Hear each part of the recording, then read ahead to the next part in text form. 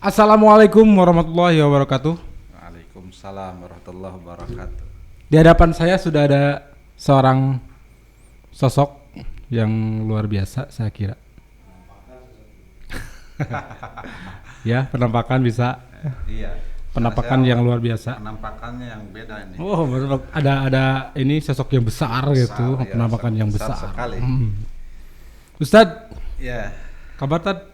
Apa kabar tad? Sorry. alhamdulillah baik. Mau nepangkeun siapa gitu? Oh, boleh. Biar lebih luar biasa gitu menerimanya di para pemirsa di Betul, sana. betul. Dalam kesempatan ini kita bisa bertemu alhamdulillah ya. Oh iya benar, alhamdulillah luar biasa. Sama Kang Mahmud. Hah? Kang Mahmud ini. Ya boleh, sok Boleh. lah siapa saja lah. Mahmud itu artinya biasanya mama muda nih.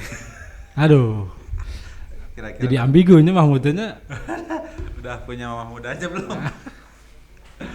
masih tetap muda di rumah saya Mahmud. Masih muda alhamdulillah. Tapi gak ada mama yang muda ya. Hah? Mama muda. Insya Allah dalam rangka tad. Oke. Terima kasih Kang Mahmud. Perkenalkan lah, nama saya itu keren sebetulnya.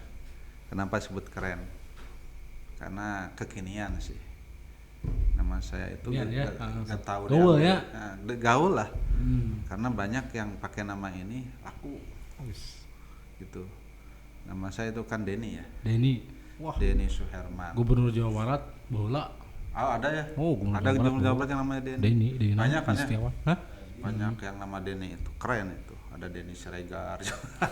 Tapi Tapi kalau bahasa Inggris jadi apa ya? Denny. Deny ya? Deny. Mm-mm. Yang artinya Apa itu? Deny itu? Deny itu jadi apa? Kurang baik lah pastinya. Tapi ini mah tidak ya. insya Allah. Tapi ini bukan, karena ini nama Denny itu awalnya dulu itu kalau saya tanya kepada ibu saya dulu, atau bahasa Sundanya begini, mah kunaon abdi tadi ngaranna Denny cenah. Dah cenah tong loba tanya. Baheula teh dulu itu ketika mama mau melahirkannya di nenek. Oh. Lahir di nenek. Nah, sudah besar saya pulang. Maka namaan gampang. Denny artinya gede di nini. Oh, gitu. Ada ya? Ada. Aduh, Nah, kekarek itu jadi apa ada saya. itu. Denny itu gede di nini. Gede di sini, oh benar. Dan betul Kira saya tuh. diurus sama nini sampai gede. Nah, itu nama orang Sunda itu gampang bener. Singkatan-singkatan. Ya, Tapi kan bisa. nama Denny di Inggris juga sudah ada. Danielson ya, Dennis Bergkamp yang pemain bola itu Denny semua. Jadi kesimpulan nama Denny teh keren lah Keren ya. lah. Oke lah, Tapi saya kalau setuju itu. Nah, kalau Suherman itu bukan marga sebetulnya. Karena bapak saya bukan namanya Suherman, tapi itu katanya pemberian dari tukang landak dulu. Oh gitu. Ada tukang landak ke rumah diberi namanya tambahan namanya Denny biar jadi orang besar. Nah, alhamdulillah sampai sekarang saya jadi besar. Benar cocok ya. Nah, itu kata tukang Orang landak. besar. Tapi sebetulnya nama itu adalah doa dari orang tua. Setiap orang tua pasti memberikan nama itu adalah sebagai doa, keinginan, harapan yang ditanamkan kepada anaknya untuk menjadi orang yang bermanfaat bagi agama dan bangsa. Insya Allah. Mulai Amin. nama itu Luar biasa. seperti Pak Mahmud, ini namanya kan Mahmud itu aja terpuji. Ya, Insya Allah, mudah-mudahan amin, terpuji dan dipuji terus sampai sekarang Insya karena Allah, akhlak amin. dan perilakunya. Amin, amin, amin, amin. Nah, itu sebagai nama.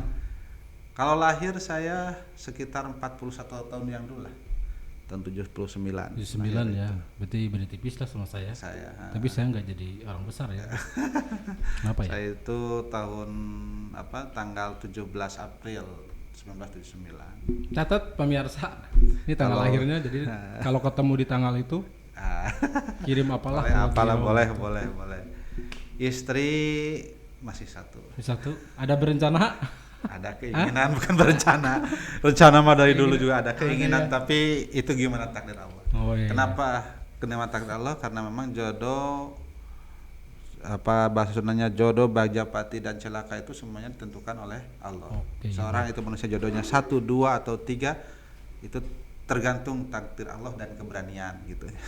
Kalau tidak berani mah tetap saya tidak bisa menjemput takdir itu. Ya. Tapi itu catat keberanian tentu.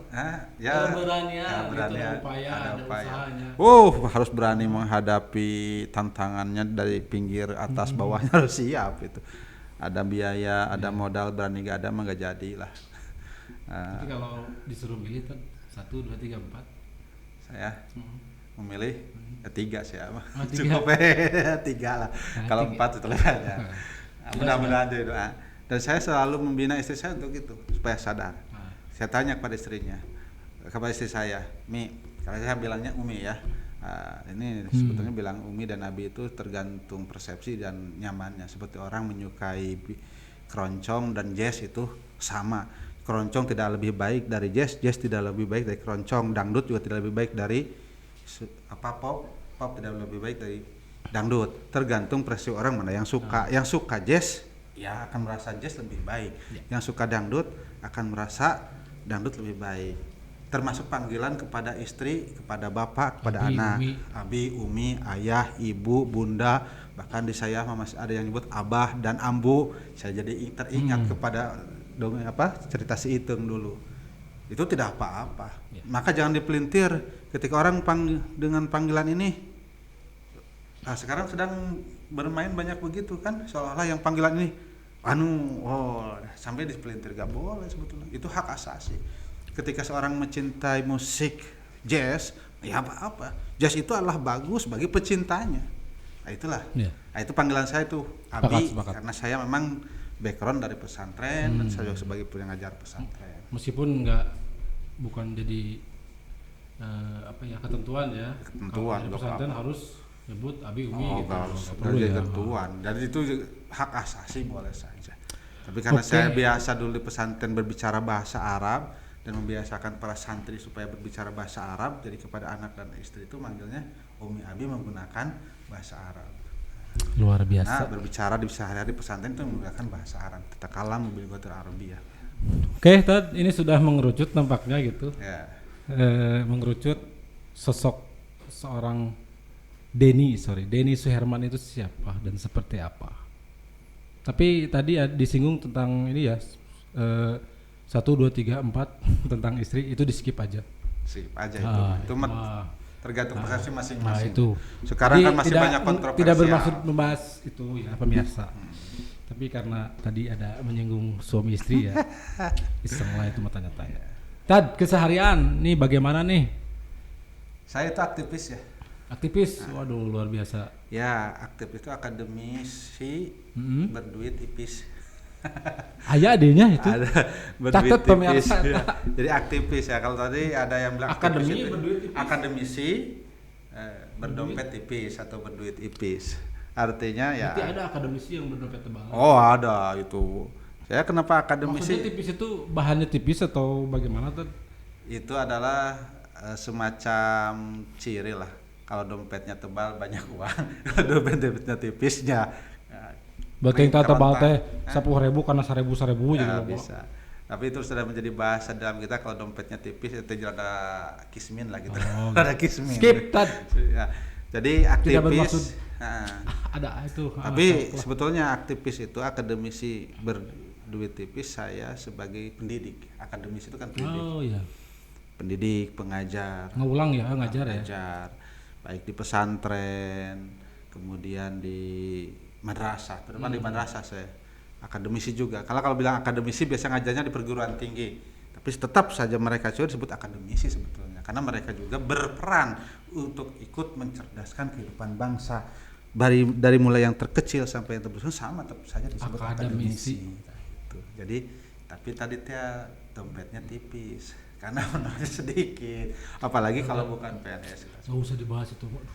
Sensitif kalau itu ya. Saya juga. Tapi insya Allah Pak Mahmud ini saya tidak mempersalahkan dompet tipis ataupun tidak. Ketipisan itu tidak mengukur kebahagiaan sebetulnya. Ketipisan dan ketebalan tidak mengukur kebahagiaan dan kesenangan. Kenapa? Buktinya saya kalau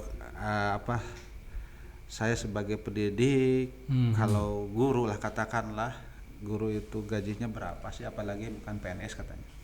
Orang lain bisa nyinyir lah melihat guru itu, apalagi kondisi sekarang ya, guru yang belum sertifikasi, yang sudah sertifikasi, yang belum sertifikasi ya guru itu ada hanya honornya sampai 300.000 per bulan, tapi masya Allah dengan kebersihan hati, kesucian hati, tetap Allah beri keberkahan. Buktinya saya alhamdulillah sekarang istri punya 1 anak 7. Jadi kan itu kalau lihat dari sejarah keseharian atau tadi penghasilan dari mana, tapi karena kita menjalankan sebuah kebaikan, mendidik orang, Allah akan muliakan, Allah akan berikan keberkahan, insya Allah, walaupun tidak sebesar menjadi pengusaha, tapi hidup yang penting. Makan belum pernah tidak makan, baju belum pernah tidak pakai baju, alhamdulillah kalau hujan tidak kehujanan. Keberkahannya itu ada kalau kita menyampaikan ilmu. Dulu saya pernah ingat guru ngaji saya ketika saya dulu mau berangkat ke pesantren. Guru ngaji saya mendukung sekali. Ustadz, saya mau pesantren. Wah, alhamdulillah, sok didukung. Insya Allah mual aya ajengan sangsara cenah. Maksud saya baru tahunya sekarang gitu. Tidak ada ajengan yang sangsara, artinya kebahagiaan itu kalau dasarkan dengan ilmu itu bisa dikelola dengan sebaik mungkin. Banyak yang manggil ya saja. Jadi banyak order manggil musik. Oh, manggil. Boy, ada yang manggil Ustadz ya. Ada yang manggil. Pokoknya jadi panggilan lah. Cowok panggilan gitu ya. Cowok panggilan. Rezekinya dari mana min haitsu la yahtasib, dari mana saja Allah berikan kemudahan itu. Tapi waktu sulit juga ada, insya Allah. Oke, luar biasa ya. Jadi intinya sampai hari ini Ustadz jadi akademisi on fire ya, masih tetap dalam stamina yang luar biasa untuk mencerdaskan kehidupan bangsa dalam berbagai versi tentunya. Tapi sedikit berbicara dari dompet tipis ya saja, mudah-mudahan sekarang kan lagi musim ini dompet digital gitu. Dompet empiris, dompet fisika mah bayalah ipis gitu ya, tapi mudah-mudahan digital menumpuk. Amin saja. Okay. Oh, digitalnya amin. Ngebahas di dompet. Kira dompet itu apa, itu urusan yang lain. Iya. Kayak tadi keseharian seperti itu, kalau boleh bocoran ini sekolah mana yang sedang dijajal hari ini gitu. Kalau saya sekarang pendidikan terakhir itu kalau bahasa. Sorry bukan maksudnya sekolah. Ngajar di mana? Oh, kalau ngajar sekarang saya itu menjadi kepala sekolah di salah satu madrasah aliyah.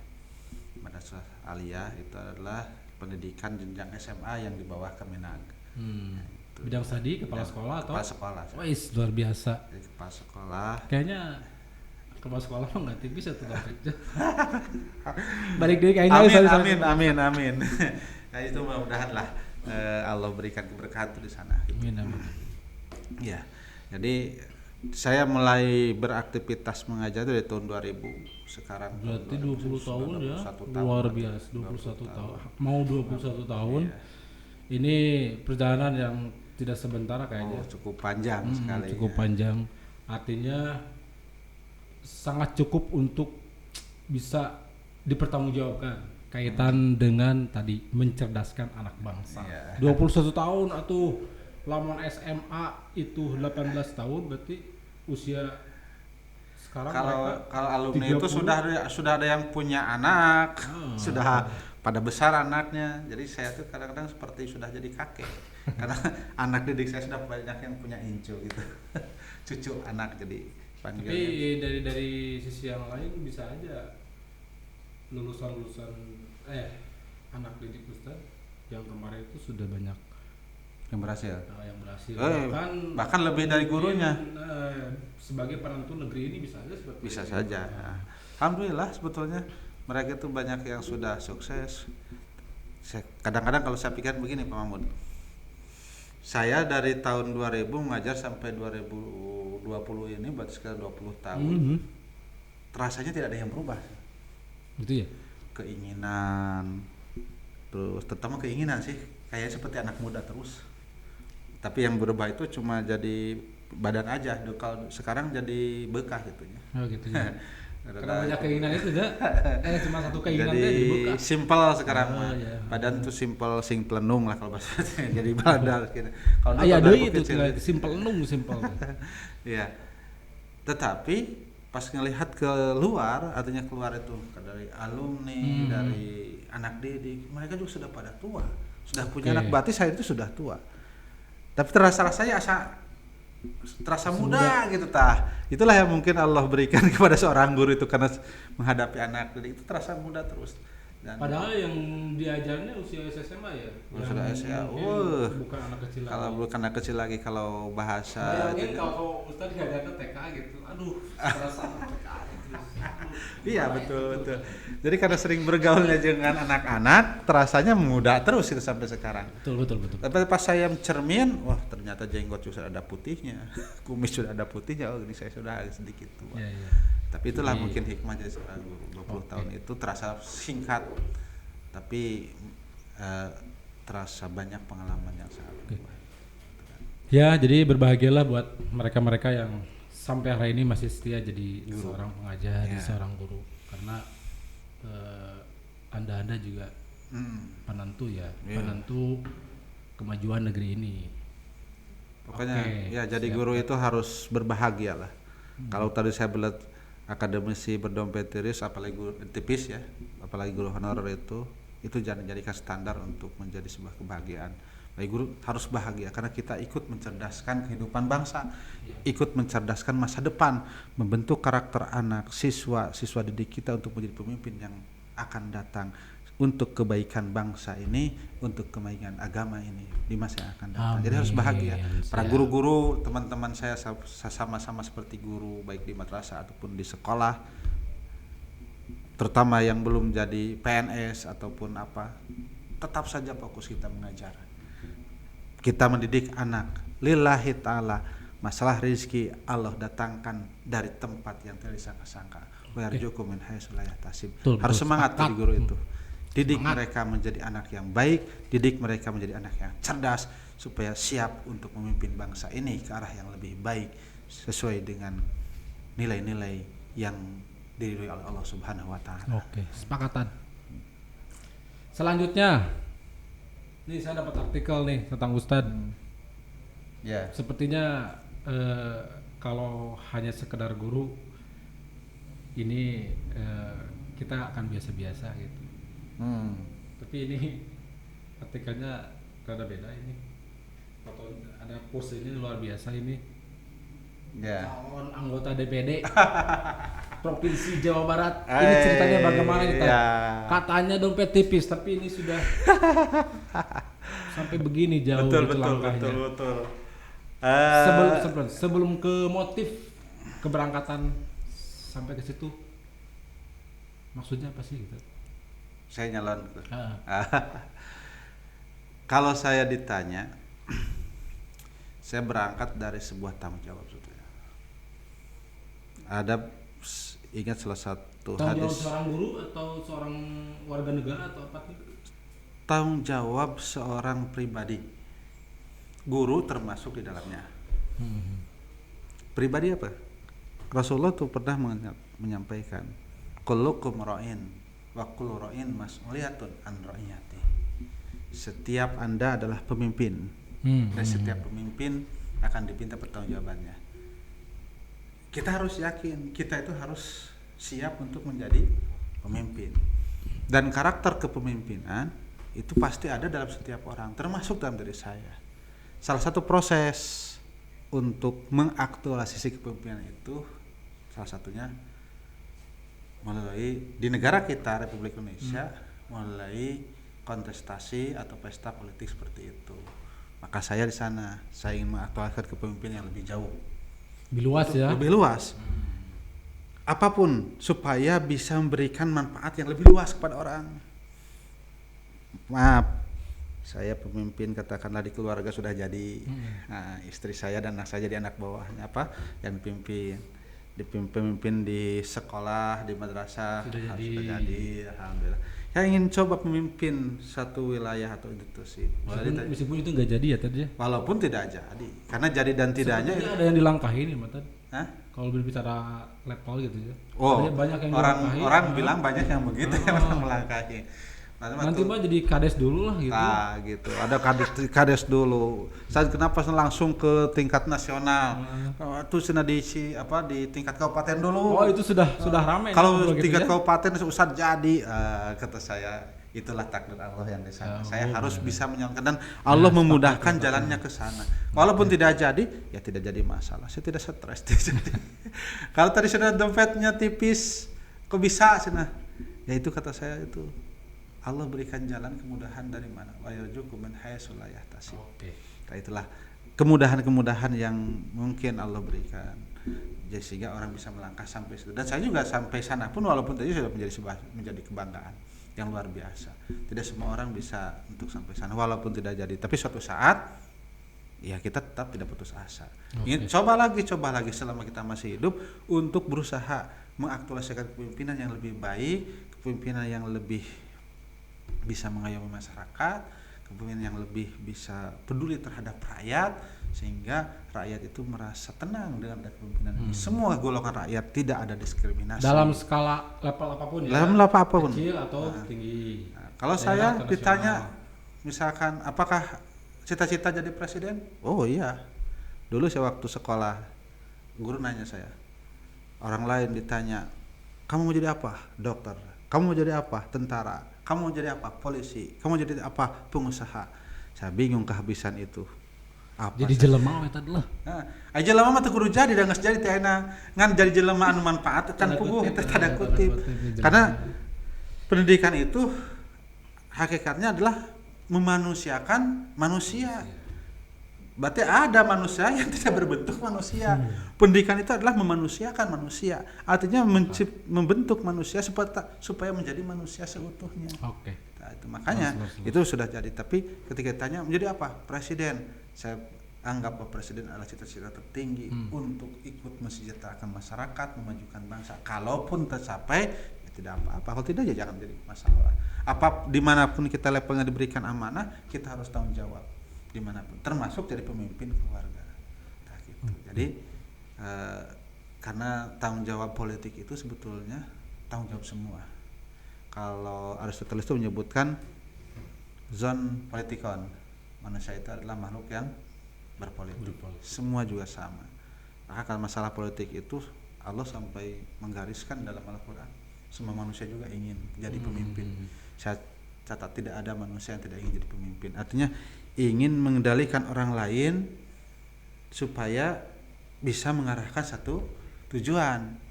Tapi apakah tujuannya baik, apa tujuannya untuk bersama, atau tujuannya untuk kepentingan dari pribadi, tergantung motif yang menjalankan. Yang ada dalam diri kita. Ya, tak gitu.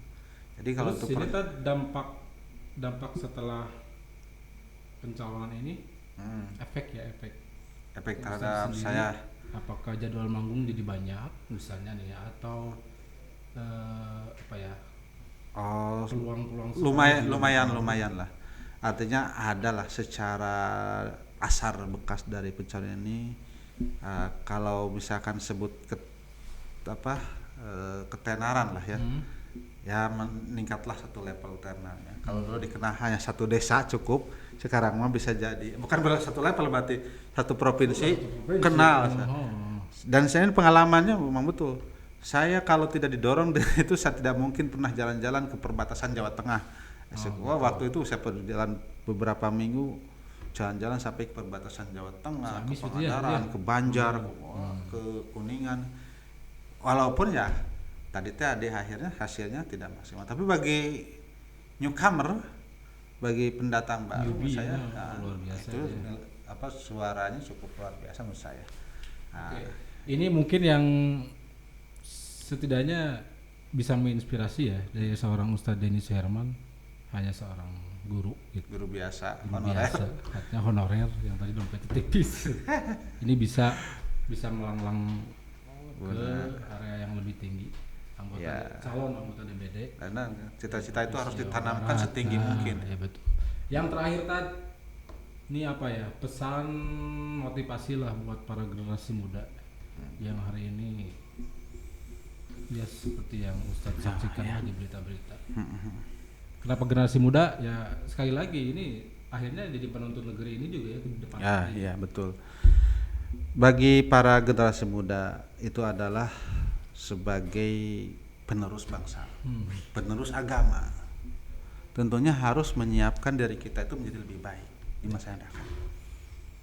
Tiada lagi sarana untuk menciptakan pendidikan yang lebih setiada lagi sarana untuk menciptakan diri lebih baik itu adalah melalui pendidikan. Maka saya sarankan kepada seluruh generasi muda itu dalam kondisi di negara kita ini, di Indonesia khususnya, di Republik Indonesia ini, pendidikan adalah harus menjadi prioritas dalam kehidupan. Karena pendidikan itu adalah merupakan aset yang tak terhingga. Kalau orang mewariskan harta bisa habis, tapi kalau orang mewariskan ilmu melalui pendidikan, ilmu itu tidak akan habis, justru akan berkembang, akan menambahkan sebuah kesuksesan. Maka saya pesan, tuluslah belajar setinggi mungkin. Kalau jenjang di Indonesia itu dari mulai TK, SD, SMP, SMA, madrasah aliyah, ya, terus kemudian perguruan tinggi S1, S2, S3, cita-citakanlah pendidik sampai tinggi S3. Jangan berpikir tidak punya biaya. Justru pemerintah sekarang sudah memberikan fasilitas yang mempermudah. Tinggal keinginan yang kuat. Karena dengan pendidikan itu akan membentuk karakter seseorang menjadi lebih baik dan menjadi siap untuk memimpin negeri ini. Ya. Maka tidak ada lagi sekarang generasi muda yang putus sekolah, generasi yang tidak sekolah. Fasilitas sudah diberikan oleh pemerintah. Belajarlah setinggi mungkin kalau perlu S1, S2. Itu pengalaman saya dulu. Saya bukan termasuk dari keluarga yang tidak mampu. Bukan keluarga mampu ya. Artinya termasuk keluarga yang tidak mampu. Orang tua saya petani dan sampai sekarang menjadi petani. Petaninya bukan petani pemilik lahan, tapi petani penggarap lahan. Artinya kalau penggarap lahan artinya bukan milik dia, tapi tanah garap. Secara penghasilan belum, tentunya tidak bisa menyekolahkan anak pada yang jenjang lebih tinggi. Gitu ya. Okay. Tapi qadarullah, kuasaan Allah, atas dasar keinginan kuat dari anaknya, dari saya. Sampai sekarang saya sudah menjadi kandidat doktor. Karena dokter itu kan pendidikan S3, S1, S2. Pendidikan saya S1 dulu di Sekolah Tinggi Islam, Agama Islam, S2 di UPI Bandung, S3 sekarang di UIN Bandung. Ketika kita punya keinginan, insya Allah Allah akan berikan jalan. Tapi keinginan kuatnya harus didorong dengan motivasi yang sangat kuat bahwa kita akan berhasil, insya Allah. Maka bagi para generasi muda, tancapkanlah cita-cita itu setinggi langit. Ketika tidak sampai ke langit pun, paling tiga kita sampai ke awan. Nah, jadi jangan putus asa, bersemangatlah, tingkatkan kualitas diri, cita-cita tancapkan setinggi langit, dan siapkan diri untuk memimpin masyarakat, siapkan diri untuk memimpin bangsa yang lebih baik di masa yang akan datang. Itu saja. Oke, Tad, hatur nuhun, terima kasih luar biasa pemirsa ya. Kalau saya coba kutip sebuah pepatah, berhentilah ketika kamu selesai belajar, bukan berhenti ketika kamu lelah dalam belajar. Ya. Oke, mudah-mudahan itu bisa nyambung gitu ya, Tad ya. Sakitu pangitan pemirsa, mudah-mudahan bisa memberikan warna baru dalam menjalankan kehidupan ini. Terima kasih. Wassalamualaikum warahmatullahi wabarakatuh. Waalaikumsalam warahmatullahi wabarakatuh.